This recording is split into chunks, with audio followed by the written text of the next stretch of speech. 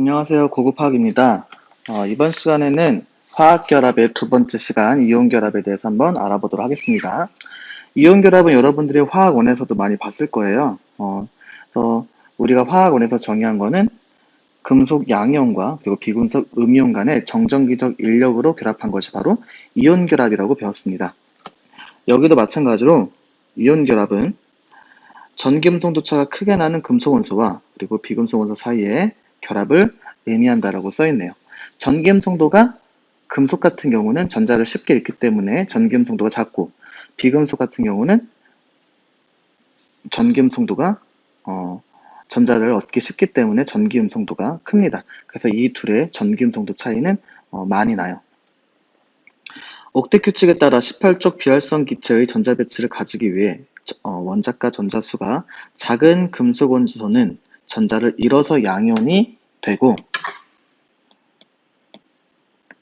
이것도 아마 화학원에서 많이 봤을 거예요. 그래서 금속 원소는 양이온이 되기 쉽고, 원자가 전자수가 큰 비금속 원소는 전자를 얻어서 뭐가 되기 쉽다? 그렇죠. 음이온이 되기 쉽습니다. 이온 결합은 이렇게 생성된 양이온과 그리고 음이온 사이에 정전기적 인력을 형성해서 이온 결합을 형성하게 됩니다. 자, 넘겨서 봅시다. 여기 보이는 것처럼 얘는 바로 금속이겠죠. 그래서 금속이 전자를 잃어서 양이온이 되고, 얘는 바로 비금속이겠죠. 비금속은 전자를 얻어서 음이온이 됩니다. 그래서 이들 사이에 정전기적 인력을 우리가 바로 뭐라고 부른다? 그렇죠. 이온 결합이라고 부릅니다. 이온 결합 물질에서는 양이온과 음이온 한 쌍만 전기적 인력에 의해 결합하는 것이 아니라 양이온과 음이온이 어떻게? 그렇죠. 3차원의 규칙적으로 계속 쌓여있는 구조입니다. 왼쪽 상단의 그림 보면은 염화나트륨의 결정 구조가 보이죠. 염화나트륨의 결정 구조. 지금 이름 보이는 것처럼 나트륨과 그리고 염소가 결합돼서 딱 그렇게 한 덩어리 한 덩어리만 결합되어 있는 게 아니라, 즉 한 개 한 개가 결합되어 있는 게 아니라 매우 복잡하게 3차원적으로 규칙적으로 배열되어 있습니다. 그림 1-20의 염화나트륨 이온 결정이 안정한 에너지를 갖는 것은 모든 Na+, 그리고 모든 Cl- 사이에 인력이 작용하고, 모든 Na+는 모든 Na+, 그리고 모든 Cl-는 모든 Cl-와 반발력이 작용하는 결정 전체의 알짜 에너지 감소라는 총체적 특성이다. 여기 잘 보면은 무슨 말이냐? 여기서 보이는 것처럼 일단은 플러스하고 마이너스가 같이 있는 게 더 에너지적으로 안정하겠죠. 근데 마이너스 한 칸 건너뛰더라도 마이너스가 존재해요. 즉 Cl-하고 Cl-가 반발력이 생긴다는 거죠. 그런데 인력에 의한, 양이온과 음이온에 의한 인력과 그리고 음이온 또는 양이온에 의한 반발력이 존재하는데, 이들 사이의 균형이 생기면서 에너지가 안정화된다고 할 수가 있습니다. 당연히 인력이 우수한 쪽으로 배열이 되겠죠. 이 모든 상호작용을 알 수 있는 정량적 값이 격자 에너지이다. 여기서 말하는 격자 에너지는 우리가 공유결합에서 봤던 결합 엔탈피라고 보면 돼요. 여러분들이 결합 엔탈피와 비슷한 개념이구나 라고 생각하시면 됩니다. 격자 에너지가 크면 이온들이 서로 강하게 상호작용을 하여 단단히 결합된 고체를 만드는 것이다. 그럼 격자 에너지는 큰 게 좋겠죠. 옆에 격자 에너지의 내용을 봅시다. 기체 상태 이온들이 무한 거리로 떨어진 상태로부터 모여서 이온 결정을 형성할 때 방출되는 에너지 또는 결정을 이루는 입자를 무한히 멀리 떼어놓는 데 필요한 에너지. 즉, 서로 영향을 받지 않는 양이온과 음이온 상태에서 이러한 양이온과 음이온 서로 영향을 받지 않아요. 그럼 이들이 가까이 오면서 서로 결합을 하겠죠? 이온 결합을 형성하는데 가까이 오면서 서로 플러스와 마이너스이기 때문에 안 정해져요. 그만큼 에너지로 방출하게 됩니다. 이게 바로 뭐다? 그렇죠. 격자 에너지예요. 격자 에너지.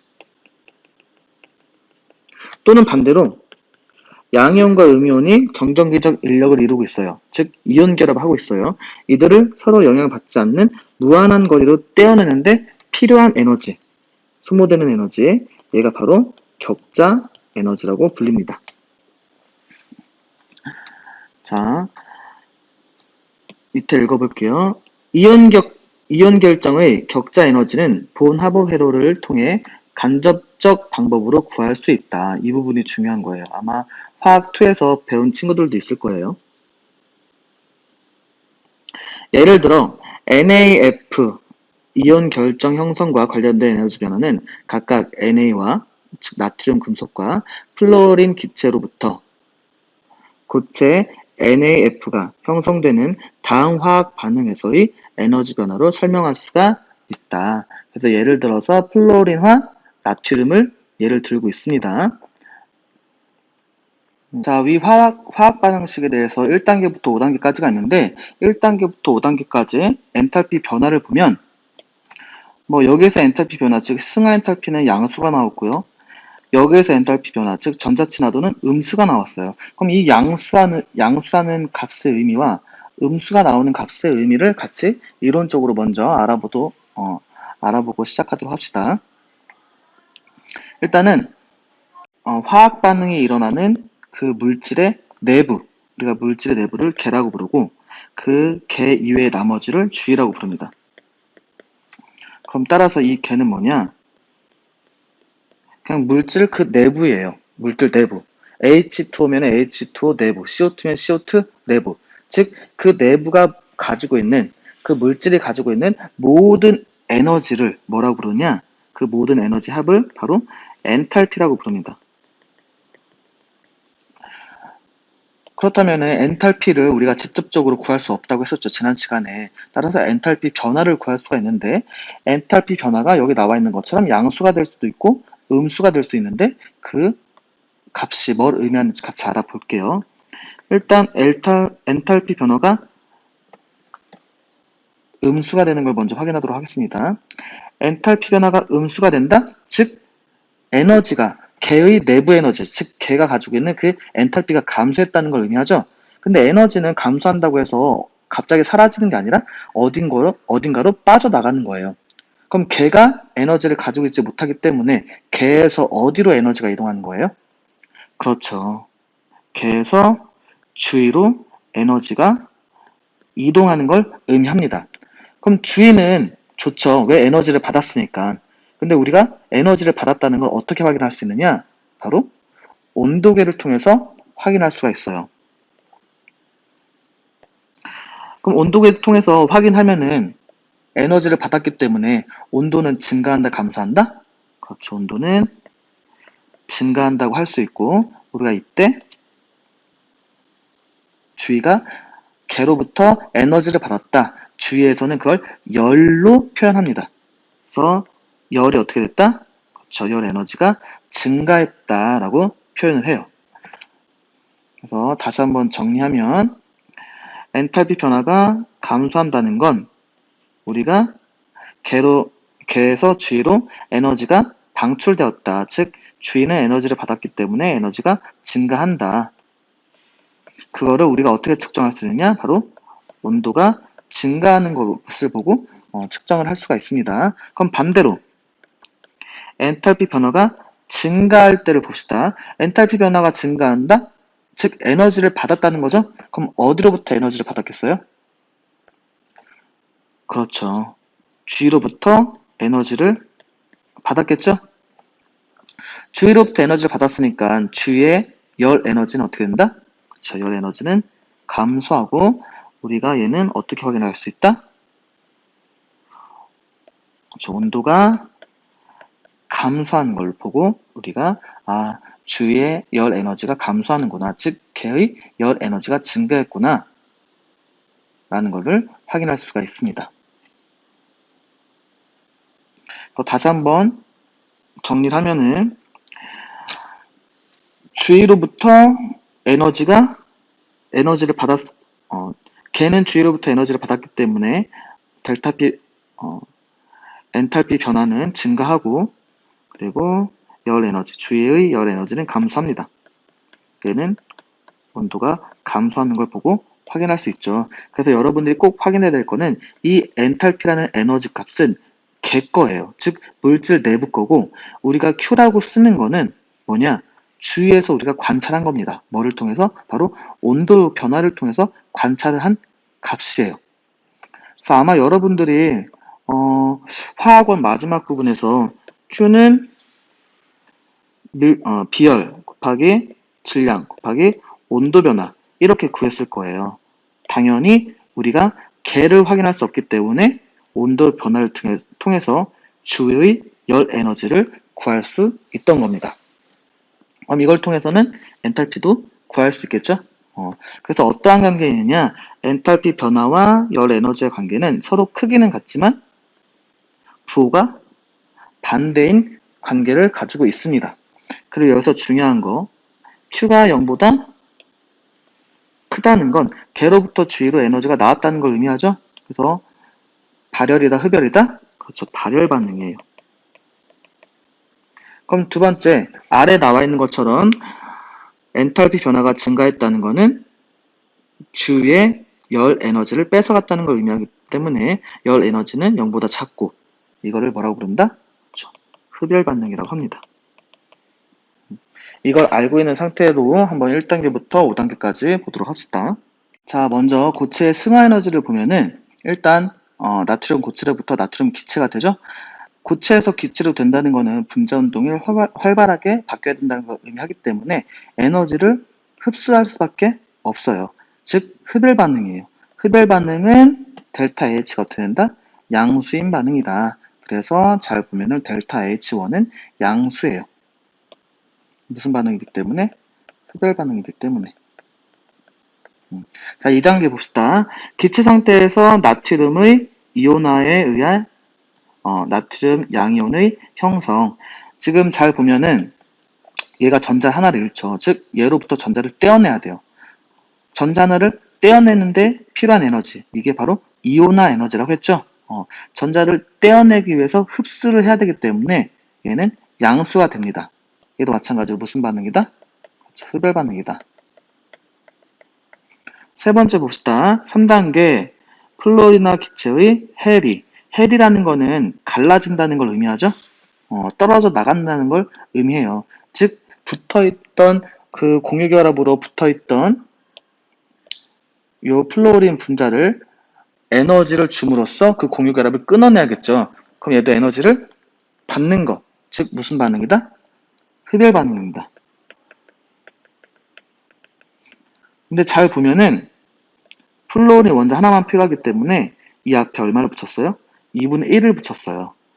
근데 우리가 결합 엔탈피 같은 경우는 어떤 게 결합 엔탈피냐? 바로 온전한 상태에서 두 개의 원자로 떨어져 나갈 때 필요한 에너지가 바로 결합 에너지예요. 그래서 여기 잘 보면은 결합 에너지에 얼마를 붙였습니까? 그렇죠. 2분의 1을 붙였죠. 자, 4단계 봅시다. 4단계에서는 기체 상태의 플로린 원자로부터 전자를 넣어줘서 플로린화 음이온으로 형성되게 해야 됩니다. 전자를 억지로 넣어준다. 전자를 넣어주기 때문에 원자 핵과 전자가 점점 가까워지면서 그 위치 에너지가 감소하게 됩니다. 즉 포텐셜 에너지가 감소를 해요. 그 감소한 에너지만큼 방출되겠죠? 그래서 얘는 발열 반응입니다. 마지막 5번째 5단계 기체 상태의 나트륨 양이온과 그리고 플로리나 음이온으로부터 뭘 형성한다? 플로리나 나트륨을 형성한다. 즉 이온 결합을 한다는 거겠죠. 이온 결합을 한다. 멀리 있던 플러스와 마이너스가 서로 가까이 오면서 아주 안정한 결합합니다. 그렇기 때문에 얘네들은 그렇죠. 에너지를 방출하게 됩니다. 그래서 얘도 발열 반응이에요. 발열 반응이기 때문에 앞에 보면은 얘도 음수로 되어 있죠. 이렇게 5단계가 있는데 이 5단계 중에서 우리가 필요한 화학 반응식 얘를 형성하기 위한 에너지가 없죠. 그래서 1단계부터 5단계까지를 우리가 그래프로 다시 나타내서 한번 요거에 해당되는 에너지를 흡열하는지 또는 발열하는지 그거에 대해서 알아보도록 하겠습니다. 자, 이제 33페이지에 나와 있는 본 합업 회로를 통해서 우리가 플로리나 나트륨이 형성되는 과정을 한번 에너지로 표현해 볼 건데요. 그럼 일단 1단계부터 5단계까지 에너지가 여기 다 들어가게 됩니다. 자, 같이 한번 볼게요. 첫 번째 1단계 같은 경우는 나트륨 고체의 승화죠. 어디서 찾을 수 있어요? 바로 여기에요, 여기. 여기에서 요게 될 때, 여기는 지금 플로린 기체 같은 경우는 변하지 않지만 나트륨 같은 경우는 고체 상태에서 기체 상태로 됐죠? 그래서 이 에너지가 뭐가 된다? 바로 승화 엔탈피입니다. 그럼 얘가 1단계가 되는 거죠? 1단계.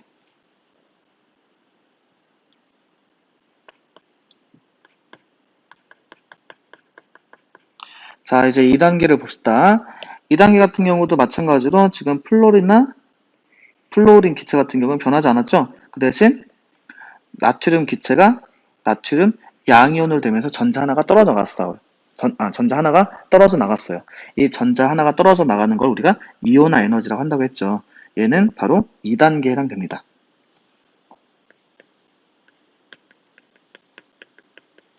자, 이제 3단계는 아까 뭐였어요? 그렇죠. 결합 엔탈피의 2분의 1이었죠?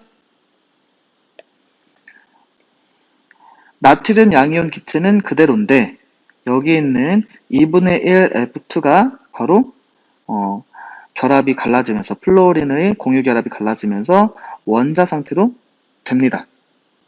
근데 완전한 결합 엔탈피가 아니라 2분의 1이 있기 때문에 그 결합 엔탈피의 반에 해당되는 에너지를 여기다가 넣어줘야 돼요. 그래서 아까 구한 그 79 값입니다. 얘가 바로 3단계. 그래서 1단계부터 3단계까지는 전부 다 엔탈피 변화가 양수였죠. 그래서 이렇게 위로 에너지가 증가하는 엔탈피 변화가 양수기 때문에 증가하는 식의 본 합업 회로를 만들 수가 있었습니다. 자, 이제 4단계 봅시다. 4단계부터는 음수가 나오죠. 4단계를 보니까 플로린 원자로부터 전자 하나 얻어서 플로리나 이온이 되는 거예요. 플로린 원자로부터. 그러면은 얘는 그대로 있고 얘가 전자 하나 받았기 때문에 전자 하나가 결합할 때 방출한 에너지, 즉 전자 친화도 그렇기 때문에 음수 값이 나오게 됩니다. 그래서 얘는 4단계. 자, 마지막으로 이온으로 형성된 나트륨 양이온과 그리고 플로리나 음이온이 둘이 결합해서 고체 상태의 플로리나 나트륨이 되는 과정. 이걸 뭐라고 한다고 했어요? 격자 에너지라고 부른다고 했죠. 기체 상태의 무한정 떨어져 있는 양이온과 음이온이 고체 상태의 이온 결합을 형성할 때 방출하는 에너지 또는 고체 상태의 이온 결합에서 무한정 멀리 떨어져 있는 서로 영향을 받지 않는 기체 상태의 양이온과 음이온으로 될 때 필요한 에너지가 바로 격자 에너지라고 했죠. 지금 이 상태의 격자 에너지는 서로 결합하는 단계니까 음수예요.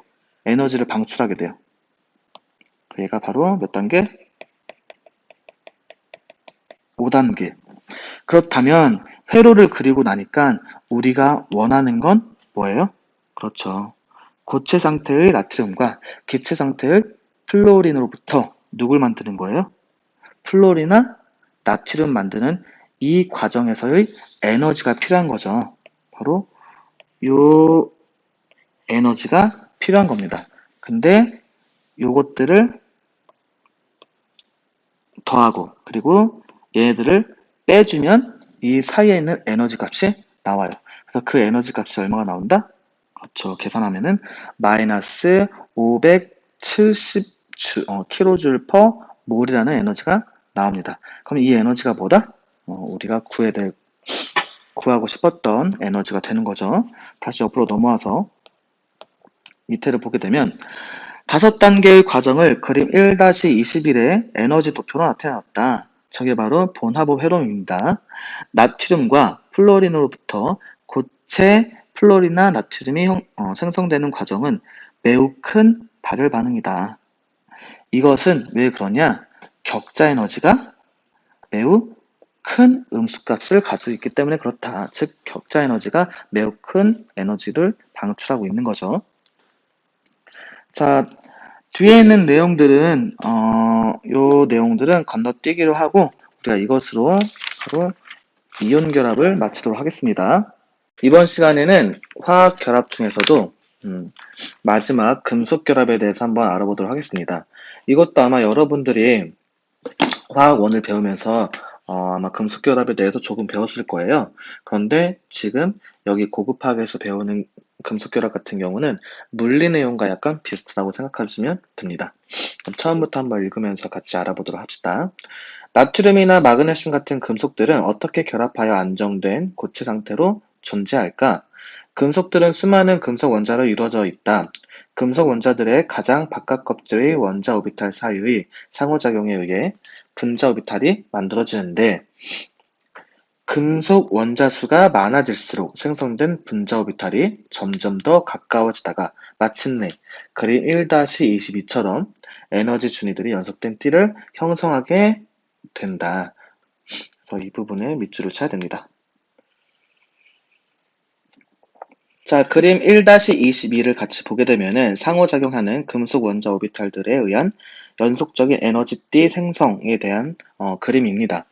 일단은 상호작용하는 원자 오비탈 개수가 2개일 때는 이렇게 오비탈 개수가 2개가 나타나고요. 4개일 때는 4개, 16개일 때는 16개, 그리고 6.02 곱하기 10의 23승계. 얘의 경우는 우리가 1몰이라고 하죠. 그래서 원자 오비탈 개수, 금속의 원자 오비탈 개수가 1몰일 때는 이렇게 표현할 수가 있습니다. 그래서 얘네들의 특징을 잘 보게 되면은 원자 오비탈, 금속의 원자 오비탈의 개수가 많아지면 많아질수록 이 오비탈의 간격이 점점 줄어든다는 걸 확인할 수가 있어요. 지금 여기 같은 경우는 오비탈과 오비탈 사이의 간격이 매우 많이 줄어들었기 때문에 거의 연속되고 있다고 보면 됩니다. 우리가 알고 있는 그 원자 오비탈의 배치와 약간 다르죠? 얘는 분자 오비탈 개념으로 설명해야 되는데 분자 오비탈은 뒷장에서 배우게 됩니다. 일단은 얘네들 그냥 머릿속에 여러분들이 원자 오비탈이 이렇게 세로로 배치가 되는구나 라고 생각해주면 돼요. 자, 그런데 연속적인 띠, 원자 오비탈이 1몰일 때 금속의 원자 오비탈 개수가 1몰일 때 이렇게 연속적인 띠를 형성하게 되는데, 아래 부분은 결합성 띠고 즉 원자가 띠라고 부르고, 위에 부분은 반결합성 띠 또는 전도띠라고 부릅니다. 이걸 어떻게 나눌 수 있냐면, 아래 결합성 띠의 경우는 전자가 채워져 있는 띠예요.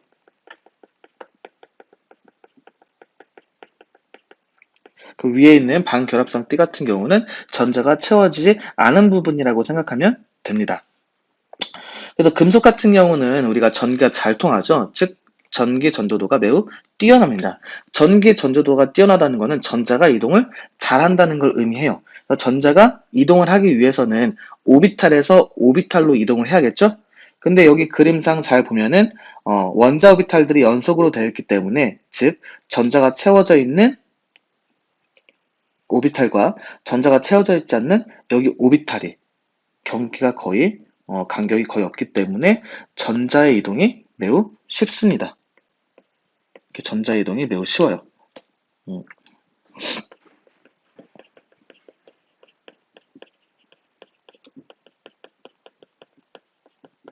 바로 그 이유는 오비탈이 가까이 있기 때문에 그렇겠죠. 그래서 전기 전도도가 매우 좋다는 거 우리가 알 수가 있습니다. 자, 그럼 아래 내용에 대해서 한번 알아보도록 하겠습니다. 잘 보면은 우리가 아까 전에 금속의 원자 오비탈 수가 1몰일 때 이렇게 연속으로 된다고 했었죠. 그래서 각각의 금속 원자로부터 공급된 수많은 원자가 전자, 가장 바깥쪽에 있는 전자죠. 그 원자가 전자들은 결합성 띠 쪽에 배치가 됩니다. 바로 여기. 전자가 채워지는 부분이라고 했죠. 그렇기 때문에 에너지가 지금 잘 보면은 결합성 띠랑 그리고 반결합성 띠 중에서 결합성 띠가 에너지가 낮은 상태죠. 그래서 더 안정화된 부분입니다. 근데 이쪽에 전자가 채워지기 때문에 실질적으로 에너지도 더 낮은 에너지, 즉 안정화될 수가 있습니다. 에너지 자체가. 그래서 안정화 에너지가 커지는 거고요. 그리고 형성된 연속적 띠를 통해 연속으로 되어 있죠. 불연속이 아니라 원자가 띠에 채워진 전자는 전도띠의 빈 오비탈로 극히 적은 에너지에 의해 쉽게 들뜨는데, 잘 보면은 선생님이 아까 전에 이 간격이 거의 없다고 했죠? 간격이 거의 없기 때문에 전자가 이동을 할 때 에너지가 적게 드는 거예요. 그럼 쉽게 들뜰 수가 있겠죠? 즉, 전자 이동이 매우 쉽다는 걸 의미해요. 전자 이동이 자유롭다는 걸 의미합니다. 그래서 이때 전도띠의 전자는 고체를 자유롭게 통과하여 전류를 흐르도록 하기 때문에 금속은 전도성이 매우 크며 도체이다 라고 우리가 설명할 수 있습니다. 그래서 금속이 도체인 이유가 바로 여기 나와 있죠. 밑에 더 읽어보도록 하겠습니다. 금속결합 물질에서 띠를 형성하는 오비탈에 있던 전자는 원자핵으로부터 매우 자유롭기 때문에 특정 원자에 구속되지 않고 원자 사이를 자유롭게 이동할 수 있는데, 이를 뭐라고 부른다? 그렇죠. 자유전자라고 부릅니다. 그러므로 금속결합의 안전성은 수많은 금속의 원자핵과 금속의 양이온 사이를 자유롭게 이동하는 자유전자와의 정기적 인력에 의한 것으로, 이게 바로 금속결합의 정의가 되겠죠? 원자 사이에 특정한 방향성을 가지고 결합하지 않으므로 외부에서 힘이 가해져도 부서지지 않고 늘어나거나 펴지는 성질이 있다. 바로 여기에서 금속결합의 특징이 나오고 있습니다.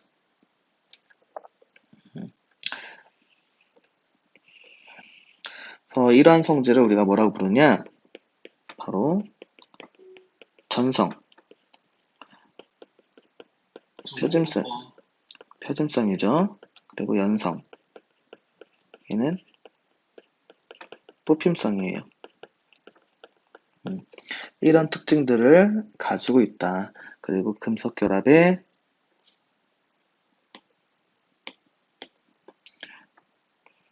정의로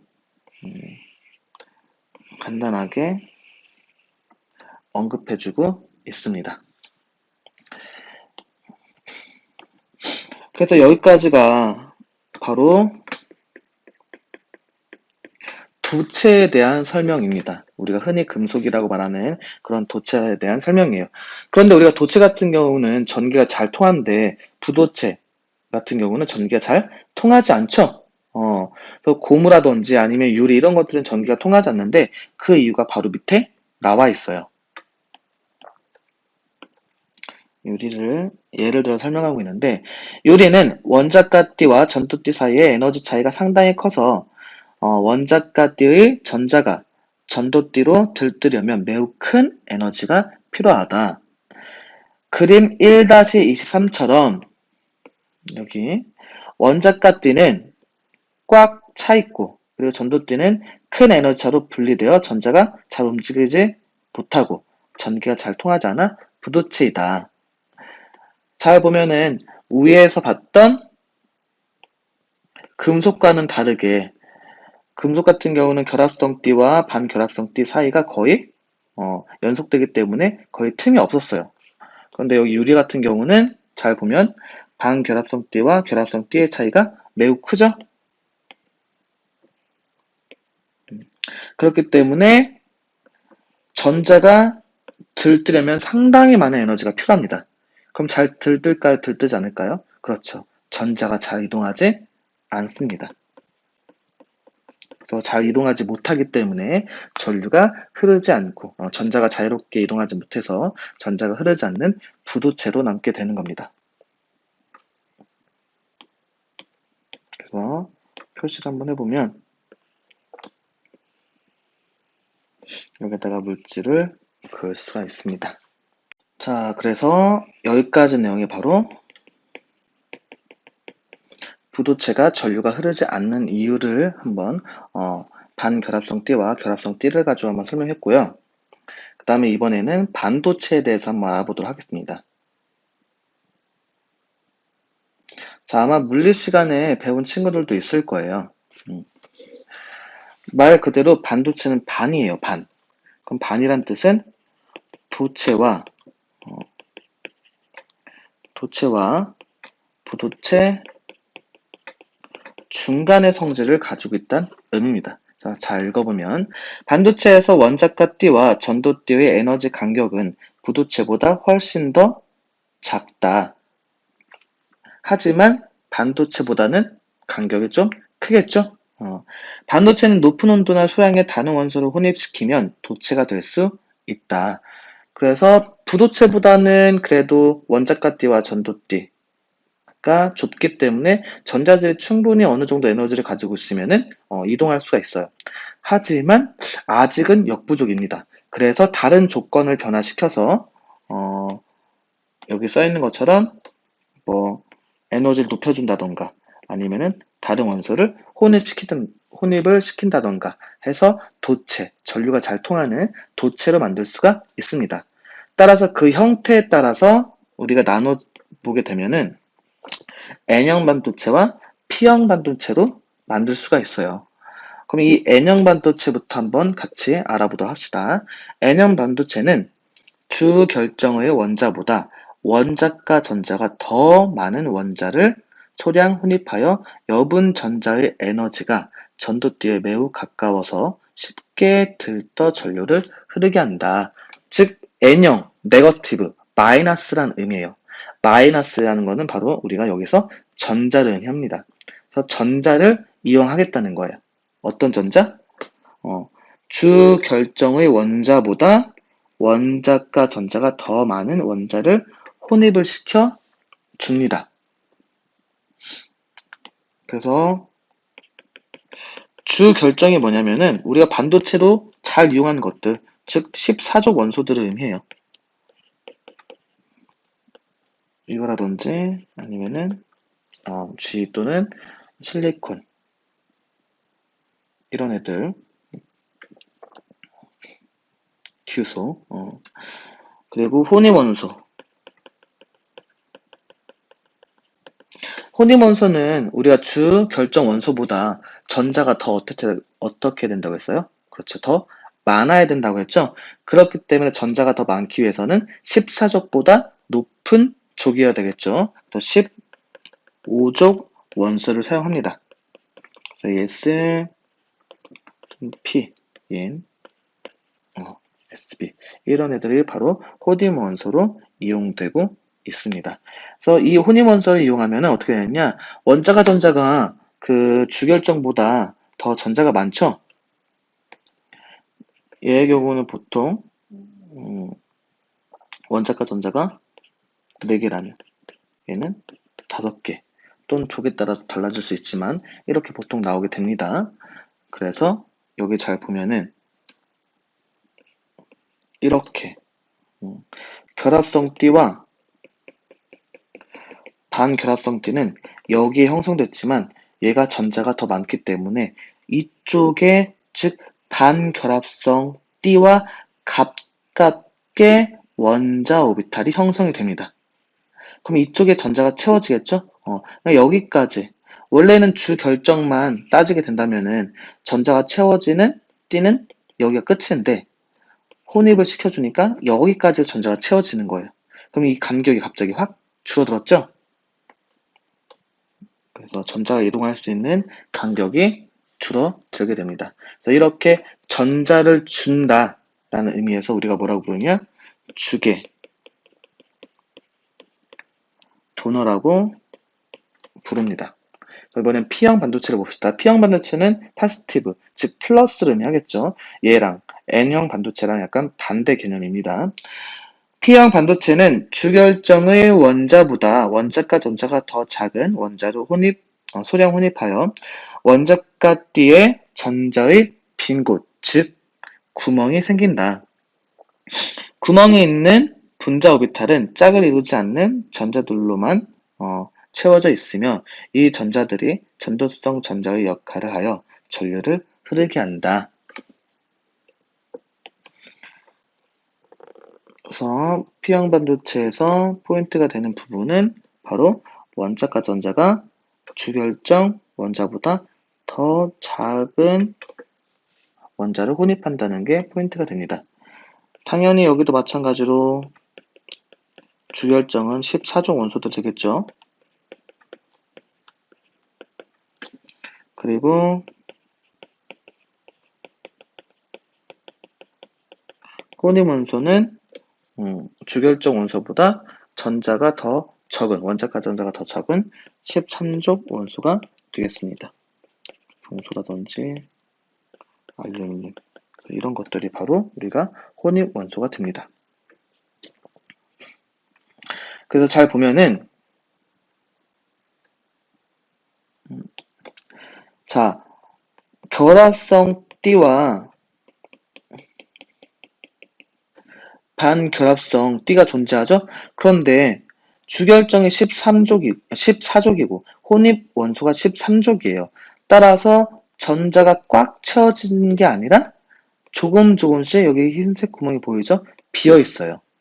이렇게 전자가 다 채워져 있지 않은 오비탈이 존재합니다. 그래서 이걸 뭐라고 부르냐? 바로 양공이라고 불러요. 플러스 구멍이다. 즉 전자가 비어있기 때문에 상대적으로 마이너스가 아니라 플러스가 되겠죠? 그래서 양공이라고 부릅니다. 그래서 이 구멍으로 인해서 전자들이 왔다 갔다 하겠죠.